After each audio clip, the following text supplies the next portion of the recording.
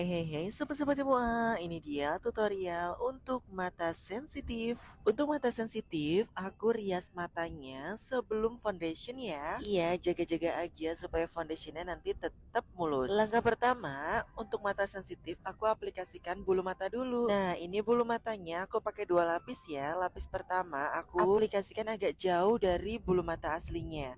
Karena untuk mata sensitif, kalau kita pasang bulu mata palsunya sedekat mungkin dengan bulu mata asli, terkadang terganggu terus malah nangis-nangis gitu loh kliennya guys. Jadi harus agak jauh gitu guys supaya tetap nyaman saat dipakai. Nah, kemudian aku lem lagi untuk bagian atasnya. Supaya apa?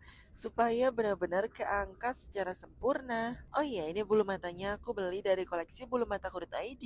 Untuk kalian yang mau samaan sama bulu mataku, kalian bisa beli di link Shopee aku nomor 8 ya.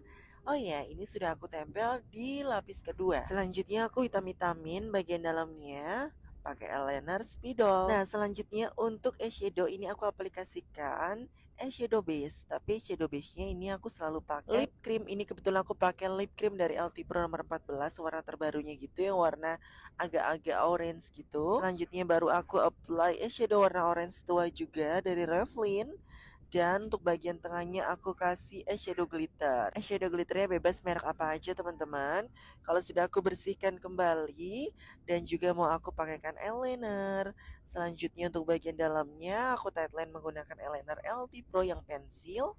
Dan bawahnya juga ini aku aplikasikan lip cream dan aku berikan eyeshadow warna senada. Oke, selanjutnya baru aku rapikan lagi eyelinernya. Ini eyelinernya aku rapikan untuk bagian belakangnya pelan-pelan aja supaya terbentuk wings liner secara sempurna.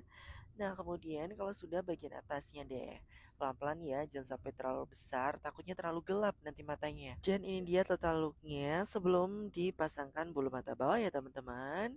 Kita lanjut yuk untuk pemasangan bulu mata bawah. Nah, untuk bulu mata bawah, aku tidak pernah mengelem di bagian bulu mata palsunya, tapi yang kulem adalah di bagian